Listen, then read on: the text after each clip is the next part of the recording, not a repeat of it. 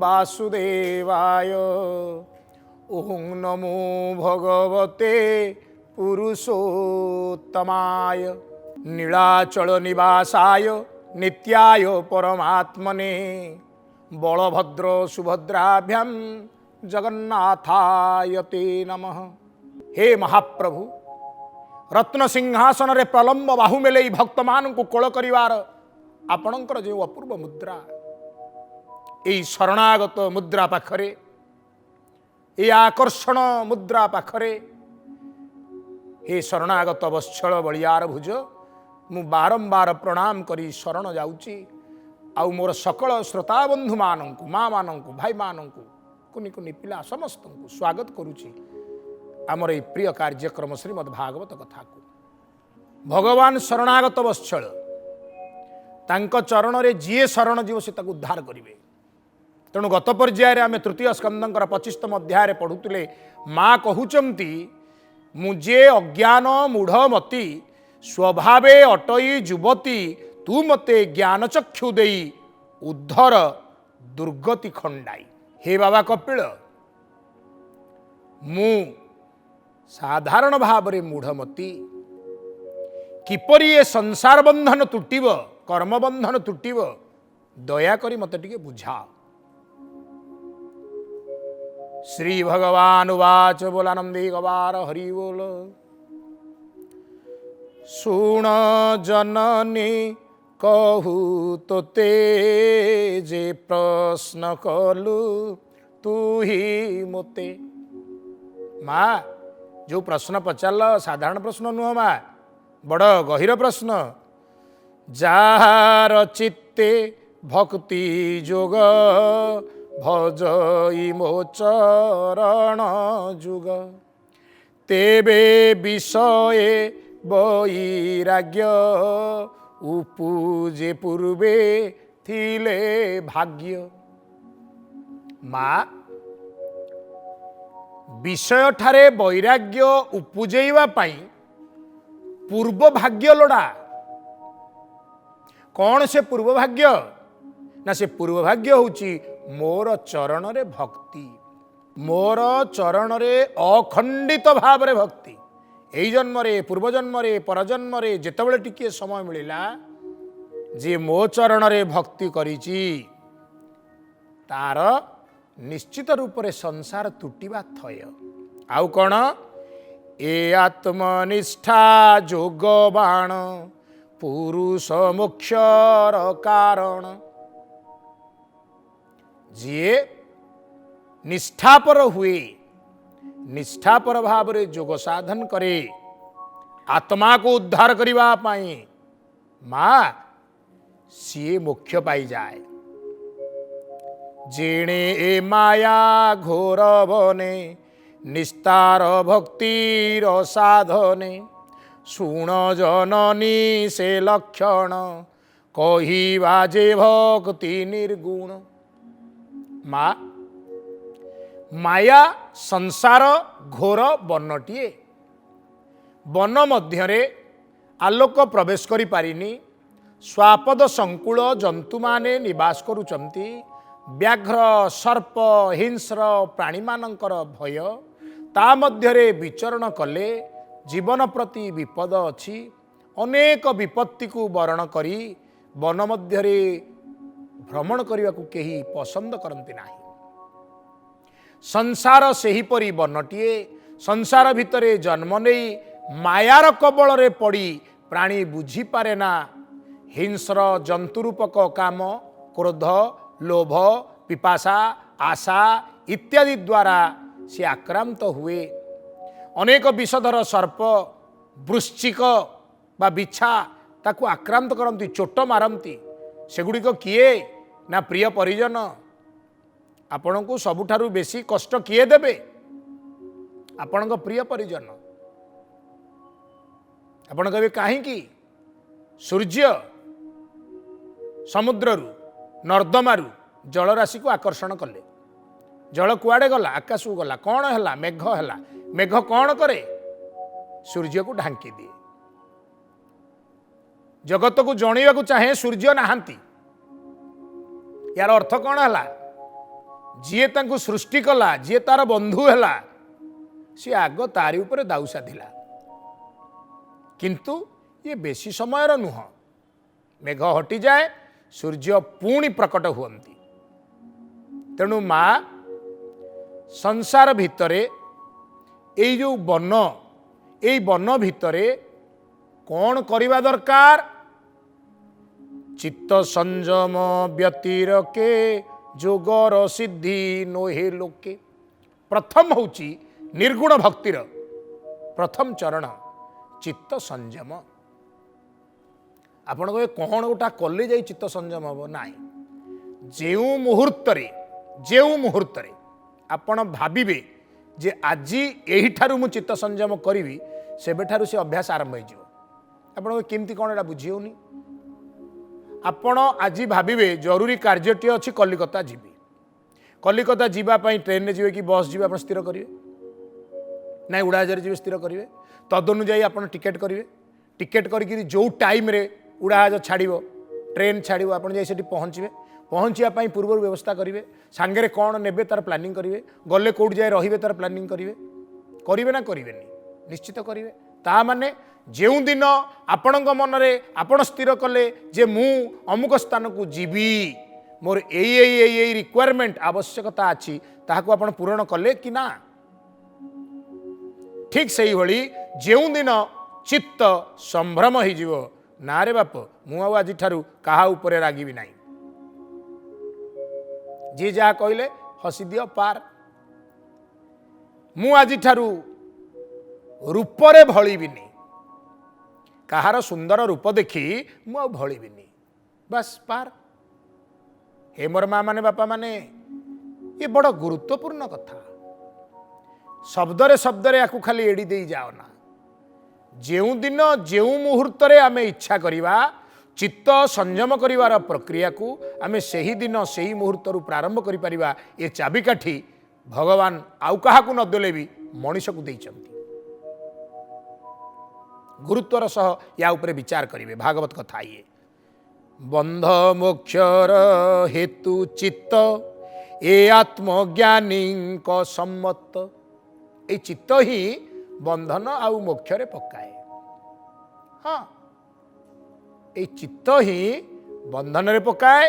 ए चित्त ही आमको नाना प्रकार पीड़ा दिए, यही पुणी मुक्तिर स्वाद दिए, मुक्तिर आनंद दिए। मांकड़ सुरेई भितर बादाम देखिला, मांकड़ धराली सुरेई भितर बाली पुरई दे 4-6टी बादाम पकई देछि। मांकड़ हाथ पुरई बादाम को धरिछि, मुठाटी जोर करिछि। मुठाटी फिटेइले हाथ बाहरी आसिबो, किंतु बादाम आसिबोनी। तेणु से मुठा को फिटौनी, सुरेई सहित गड़पड़ हो गड़ुची। एणे मांकड़ धराली जगिरछि, डेई डेई थकी जाऊ ताकू माड़ी बसी। एक कथा कहिबार तात्पर्य कौन?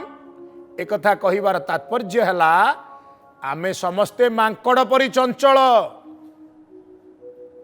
संसार रूपक विषय विष को मुठेई धरिचे, पछपटे काल मांकड़ धराली छिड़ा हैछि, आमर परुआ नहीं। तेणु चित्त संयम जदि न हब, बंधन आउ मोक्षरे मांकड़ जेमिति निज मुठा जोगु निजे बंधन रे पड़ुची। खोलीदेले मोक्ष, खोलीदेले खसी पड़ेब, किंतु जाई पारुनी। बोल नंदनंदन भगवान की जय। हरिजीवर जन्म बंध पास, जे भावे होइब उश्वास। बंधन केमिति उश्वास हब? Man born free but everywhere in chain। मनुष्य गोटे मुक्त प्राणी, जन्मरु से मुक्त, किंतु से निजकू सबुठारे बंधन रे अनुभव करे। आपण एटा केमती बुझी होनी? उदाहरण, जड़े मंदिर रे पूजारी हेछि, सकाळ 6टा बाजिले मंदिर खोली से आरती करिवो, से बंधा हेछि। जड़े सरकारी चाकरी करिछि, सकाळ 10टा बाजिले से टिप चिन्ह दब बायोमेट्रिक मेसीन रे, से बंधा हेछि। जड़े छात्र पाठ पढ़ुची 11टार ता स्कूल तेणु से 10टारू बाहरी जोता मजा पेंट सार्ट पिंधि 10टा बेलू जाई 11टा बेलू केमती क्लासरूम रे पहुँचो से बंधा है। बंधन एक मानसिक स्थिति मन मानिगला मुझे करी ताहा हूँ बंधन मन मानिगला मुझे करी ना ताहा हूँ बंधन मुक्ति। तेणु विषयारत चित्त जेबे जीवर बद्ध भाव तेबे चित्तटी जदि विषयारत रहिला भाविला ता चारिपाखे जेते जिनिस अच्छी से से रस संग्रह करिवो खाइबारू पिंधिबारू लगेइबारू इत्यादि ताहले कौन हम ना से बंधन रे पड़िबा थय। आपण भाबिए कहीं सार्ट जो तार बंधन रहिला सार्टटा चिरीगला ता मन दुख है। घरटे करिची घरटी तार मन बंधा है रहिला घर रु चून छाड़ीगला ता मन दुख है। तेणु बंधन जो से कष्ट पाउची ईश्वरे देले से ही चित्त बंधन हुई मुकत। भगवान को जदि मन देदेल हृदय देदेल ताहले कौन हब समस्त सुख को भोग करिव किंतु सेथिरे तुमे बंधन रे नथिव। सारू पतर बा पद्म पतर ता देहरे पानी टिके पड़िला ना पानीर परिमाण कमिव ना सारू पतर ओदा हब। मन को भगवान को देदेले भगवान से तत्वटी से विकसित करईदेवे। कौन से तत्व जहाँ सारू पतर दिहरे अच्छी से पानी रे ओदा हो नहीं से तत्व आम देहरे विकसित करदेवे। आमे आउ संसार द्वारा विषयासक्त हब ना किंतु सारू पतर उपरे पानी अच्छी तेणु संसार भितर रही यथा कर्म आमे करुथिबा पितार कर्म पुत्रर कर्म पत्नीर कर्म गृहस्थर कर्म चाकिरियार कर्म जी जो कर्म रे अच्छे कर्म करुथिबा किंतु कर्म बंधन रे नथिबा एई तो आनंद। तापरे श्रीमद् भागवत उपदेश दौचंती मुहि मोहर भाबु जात कामादिते जे जेबे चित्त निर्मल हुओ इटी जान मरण सुख दुख सम। दीटा शब्द मुई आउ मोहर ये दीटा बड़ असुर कलिजुगरे मुहु बड़। जड़े व्यक्ति मॉर्निंग वॉक करछंती आउ जड़े बंधु देखा गले कौन भल सांग ना हाँ आउ कौन सब खबर ना आउ खबर कौन मु तो अमुक मास रिटायर्ड करिगली से भुवनेश्वर अमुक जगह खंडे मु किणिछि आउ सेठी मु गोटा घर करदेली आउ उपरटा को भड़ा लगे देछि तले मु निजे रहूछि आउ जानिछु तो पुओटा चाकरी करिगला आ झीटा को मु बाहा करदेली से अमेरिका रे अछि माने सबु वाक्य रे गोटा लेखा मु लागिछि मु जगह किणीदेली मु घर करदेली मु झील को बाहा करदेली मु सबु करदेली। अरे तू जदि सबु कलु भगवान कौन कले संसार भितरे मु सबु कला वाला आउ सबु होची मोहर मुई मोहर भाबु जात कामादित्य जे जेबे चित्त। जदि हृदय बा मन यही सबू को तेज कर दे पारिबो छाड़ी दे पारिबो मु मोहर भावना को कामादि भावना को ताहले निर्मल हो जिवो मणई सुख दुख सम। सुख दुख तापाई किछि फरक विशेष पकाए ना। आपण भोजी की खाया को गले आपण खाइला वाला हाँ एमती टेस्ट किछि नाही आइसक्रीम गुड़ा भल हैनी आउ जड़े जहा जड़े कष्ट करी तार बाहागर भोजी झीटी की बाहा दौची जेतिकी पारिची जे भली पारिची करिची तेणु कौन प्रतिक्रिया न करी सी तार भोजी रे जहाँ रंधा है ताकू सब खाइला जड़े पचारा केमती भल है सब खाई घर को आसला आउ जड़े कह तरकारीटा भल करनी से आइसक्रीम कौ ब्रांडर कौ कंपानी छी छी छी। अर्थात जड़े अशांत जड़े शांत जड़े सुखर अनुभव करुची आउ जड़े दुखर अनुभव करुची खाद्य समान मन पाखे गंठी पड़ी ता मन भावुची आउ टिके भल होते था या मन भावुची जहाँ तो होती भल तो होती क्षति कौन हो भोजी की डाकी आम गंडे खाईदे जावा कथा एत कथार कौन अच्छी। तेणु ये संसार रे भगवान जिते जिनिस सजई रखिंट ये हूँ भोजी सभा आमे होचे तांको निमंत्रण रे संसार को आसीचे खाइला वाला जहाँ जोटी प्रभु रखिंट कषा फल पाचिला फल झरणा जल दमे पवन जहाँ जोटी जेतिकी मिलिला साध्य मुताबक ईश्वर कृपारू सेतिकी पाई आमे जदि ईश्वर को कृतज्ञता जणे आगू चलिले ताले सुख दुख को समान मणिले बोली भागवत कहउचंती। आउ कौन कहले भगवान कहउचंती माँ ए रूपे चित्त शुद्ध जेबे जीव ईश्वर एक भावे तत्व जोड़िए जीव आउ परम किंतु ये जोड़िए हवा पूर्वर ये होचंती एक ब्रह्म एक ब्रह्म जीव ब्रह्म आउ परम ब्रह्म रे परिणत हैला जीवर द्वैत भावना आसिला मु आउ ईश्वर निर्गुण भक्तिर साधना रे जीव आउ परम एक ही जानती मु जिए तू सीए गोटिकरे सेव्य सेवकर भाव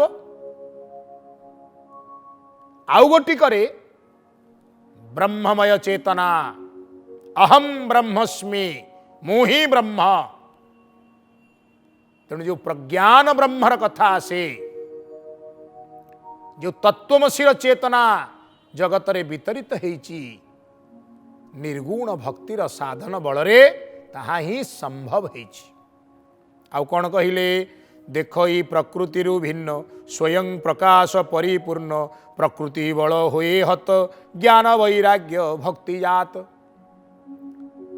जगत परिवर्तनशील नाना प्रकार प्राकृतिक उपादान को धरी तेणु ता सहित तार किछि जाय आसे ना जोड़िए कथा को सी ग्रहण करे गोटी है ज्ञान गोटी है वैराग्य मु ए सबुथिरे अछि मु पुणी कौथरे नाही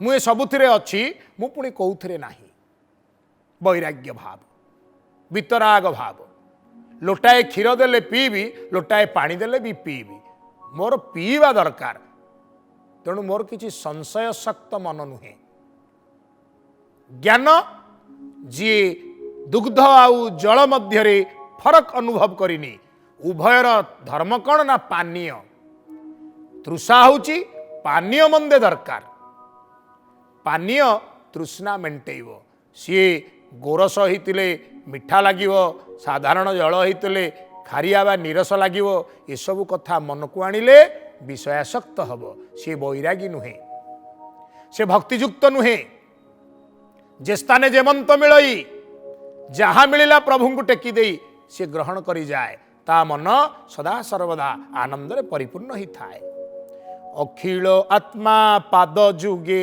भजिले दृढ़े भक्ति जोगे एणु से लभे ब्रह्म ज्ञान एथहु पथ नाही आन हे माँ भजन ठारू अन्य पथ नाही सदा सर्वदा दृढ़तार सह भगवान को भज अखिल आत्मा से सर्व अंतर्यामी सर्वत्र परिव्याप्त गछरे गछरे पत्ररे फुलरे फलरे तलरे अतलरे वितलरे पातालरे क्षुद्र अणु भितरे विराट पर्वत मध्यरे सबुटी से अच्छा ये भावना मनरे आसिले भक्ति जोग दृढ़ हुए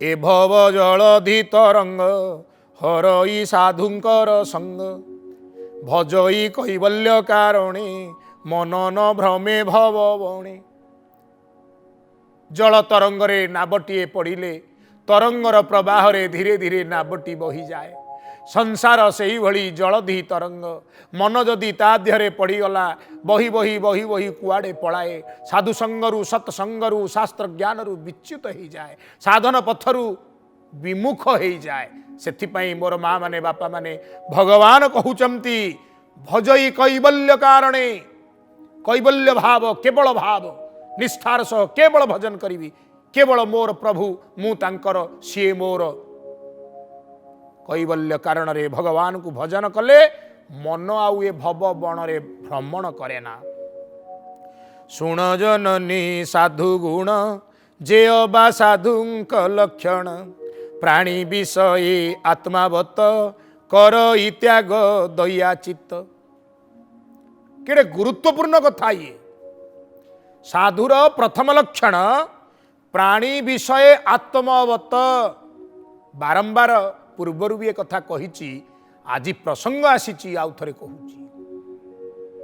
ପ୍ରତ୍ୟେକ ମଣିଷ ନିଜ ପାଇଁ ଭାବନ୍ତି, ମୁଁ ଖାଇବି, ମୁଁ ପିନ୍ଧିବି, ମୁଁ ଭଲରେ ରହିବି, ମୋ ପିଲାମାନେ ଭଲରେ ଖାଆନ୍ତୁ, ଭଲରେ ପିନ୍ଧନ୍ତୁ, ଭଲରେ ଚଳନ୍ତୁ, ମୋର ମାନ ହଉ, ମୋର ପ୍ରତିଷ୍ଠା ହଉ, ମୋର ଜିତାପଟ ହଉ, ନାଇଁ କି?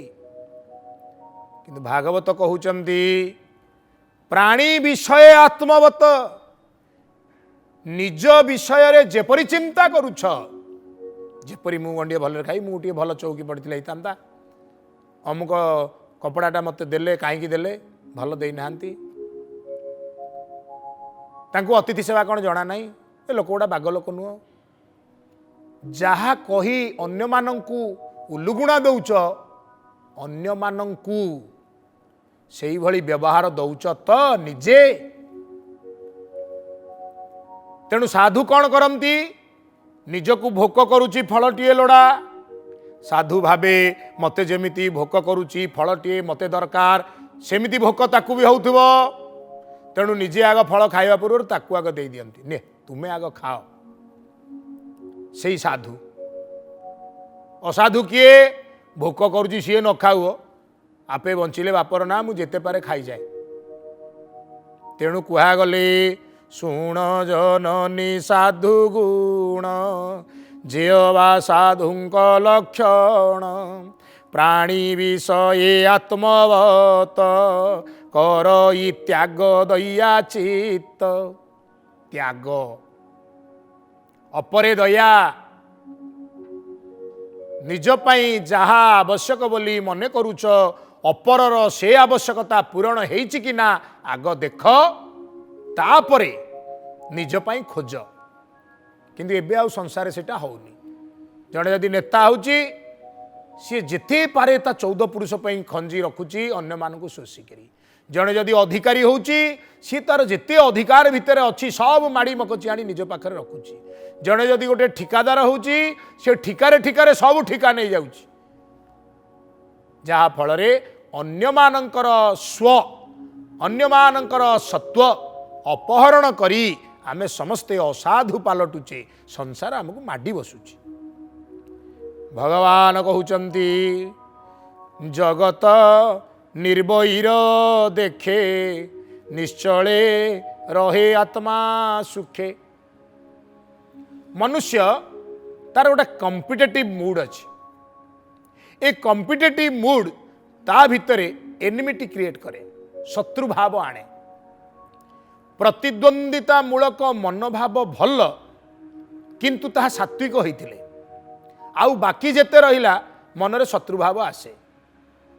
ଜଣେ କଥାକାର ଆଉ ଜଣେ କଥାକାରଙ୍କ କଥା ଶୁଣିକିରି କହୁଛି, ହଁ ସେ କ'ଣ କହୁଛନ୍ତି, କିଛି ଜାଣିନାହାନ୍ତି। ଶତ୍ରୁଭାବ, ଅସୂୟା ଭାବ। ଜଣେ ସାଧୁ ଆଉ ଜଣେ ସାଧୁଙ୍କ ଉଦ୍ଦେଶ୍ୟରେ କହୁଛନ୍ତି, ଆଏ ସିଏ କେବେକା ବାଜି, ଆଏ ମୁଁ କେବେକାର, ସିଏ କେବେକାର, ଛାଡ଼ ଛାଡ଼ ତା କଥା କାହିଁ କହୁଛ। ଅର୍ଥାତ୍ ମନୁଷ୍ୟ ଅନ୍ୟକୁ ଛୋଟ କରି ନିଜକୁ ବଡ଼ କରି ଜଗତକୁ ଶତ୍ରୁ ଯୁକ୍ତ କରେଇ ଦିଏ। କିନ୍ତୁ ଭଗବାନ କହୁଛନ୍ତି, ମା ଯିଏ ଜଗତକୁ ନିର୍ଭୟର ଦେଖେ, ଅର୍ଥାତ୍ ଜଗତକୁ ଶତ୍ରୁହୀନ ଦେଖେ, ସମସ୍ତେ ମିତ୍ର, ସମସ୍ତେ ମିତ୍ର। କଙ୍କଡ଼ା ବିଛା ପାଣିରେ ଭାସୁଛି, ସାଧୁ ତାକୁ ଟେକି ଆଣୁଛନ୍ତି। ଆଚ୍ଛା, ଆଞ୍ଜୁଳାରୁ ପାଣି ସରିଯିବ, କଙ୍କଡ଼ା ବିଛା କାମୁଡ଼ି ଦେଲା, ତଳେ ପଡ଼ିଗଲା, ପାଣିରୁ ପୁଣି ଟେକିଲେ, ଏମିତି 2-4 ଥର କରି କୂଳରେ ଛାଡ଼ିଲେ ସାଧୁ। ଶିଷ୍ୟମାନେ କହୁଛନ୍ତି, ବଦମାସ କଙ୍କଡ଼ା ବିଛା, ଆପଣ ତାର ଉପକାର କରୁଛନ୍ତି, ସେ ବୁଝିପାରୁନି, ବାରମ୍ବାର କାମୁଡ଼ୁଛି, ଆପଣ କ'ଣ ତାକୁ ବାରମ୍ବାର ରକ୍ଷା କରୁଛନ୍ତି, କାହିଁକି ଏମିତି ବୋକାମି କରୁଛନ୍ତି? ସାଧୁ କହିଲେ, ସାଧାରଣ କଙ୍କଡ଼ା ବିଛାଟିଏ ଯଦି ତାର ଗୁଣକୁ ଛାଡ଼ି ପାରୁନାହିଁ, ସୁଯୋଗ ପାଇବା ମାତ୍ରେ କାମୁଡ଼ୁଛି, ମୁଁ ଜଣେ ସାଧୁ, ମୋର କାମ ହେଉଛି ସୁଯୋଗ ପାଇବା ମାତ୍ରେ ସେବା ଦବା, ମୁଁ କେମିତି ମୋ ଗୁଣକୁ ଛାଡ଼ିଦେବି? ମା ମାନେ, ବାପା ମାନେ, ସମୟର ଆଦେଶ ହେଲାଣି, ବାଣୀ ଏଇଠି ବିଶ୍ରାମ ନେବେ। पुणी भेट हवा आ गोटे अध्याय रे भगवान कौन कौन तत्वज्ञान कहउचंती आमे शुणिबा आ निज जीवन को धन्य करिबा सप्रेम कहिबा बोलो आनंदे कबार हरि बोल।